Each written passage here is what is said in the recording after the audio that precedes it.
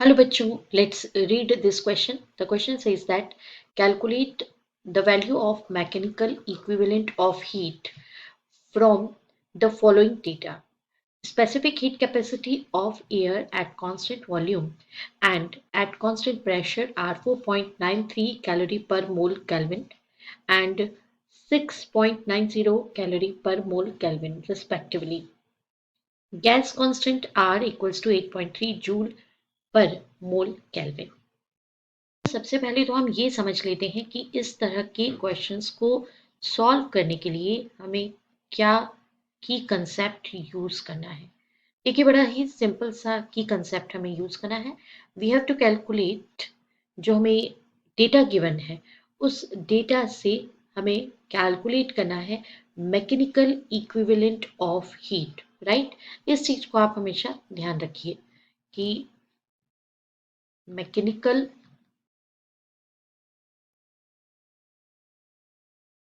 Equivalent of heat अगर ये आपको कैलकुलेट करना है तो आप किस तरह से प्रोसीड करेंगे। So you have to proceed by using this step, simple step, that is taking ratio between gas constant R and Cp minus Cv। आप इस तरह का रेशियो कंसीडर करेंगे। हियर जो डेटा है उसको यूज करेंगे। तो यहाँ पर R जो है वो क्या है, gas constant। Cp that is equals to specific heat capacity at constant pressure। Cv that is specific heat capacity at constant volume। तो इस तरीके से ये जो रेशियो है ये कैलकुलेट करना है। आइए देखते हैं सॉल्यूशन। बच्चों सॉल्यूशन में हम गिवन डेटा को यूज करना है। तो गिवन डेटा सबसे पहले हम कलेक्ट करते हैं। Given that Cp is equals to 6.9 calorie per mole Kelvin and Cv it is given as 4.93 calorie per mole Kelvin।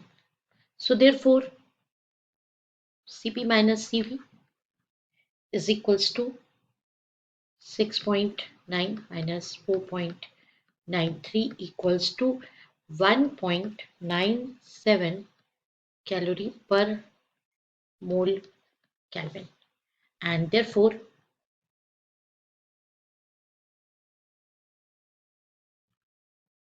mechanical